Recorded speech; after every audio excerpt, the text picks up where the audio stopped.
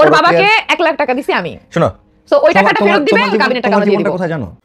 200 দিনের ঝগড়া কোনোভাবেই যেন থামছে না, একে অপরকে শুধু দোষারোপ করেই যাচ্ছে। এবার তো তিশা বলছে তোকে কোনো কাবিনের টাকা দিব না। আমি যাই বলি আহাত কিন্তু তাই করে। আমি তোর বাবাকে 1 লক্ষ টাকা দিয়েছিলাম, সেই টাকাটা আগে ফেরত দে। সেখান 50,000 টাকা তুই রেখে দিবি আর 50,000 টাকা আমাকে ফেরত দিয়ে দিবি।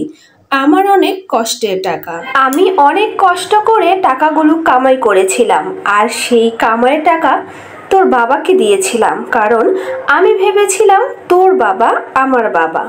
1 লাখ টাকা দিছি আমি। শোনো, সো ওই টাকাটা ফেরত দিবে, কাবিনের টাকা আমরা দিয়ে দেব। কথা জানো?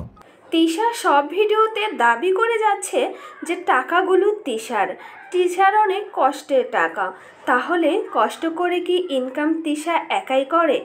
আহাত কি কষ্ট করে ইনকাম করে না?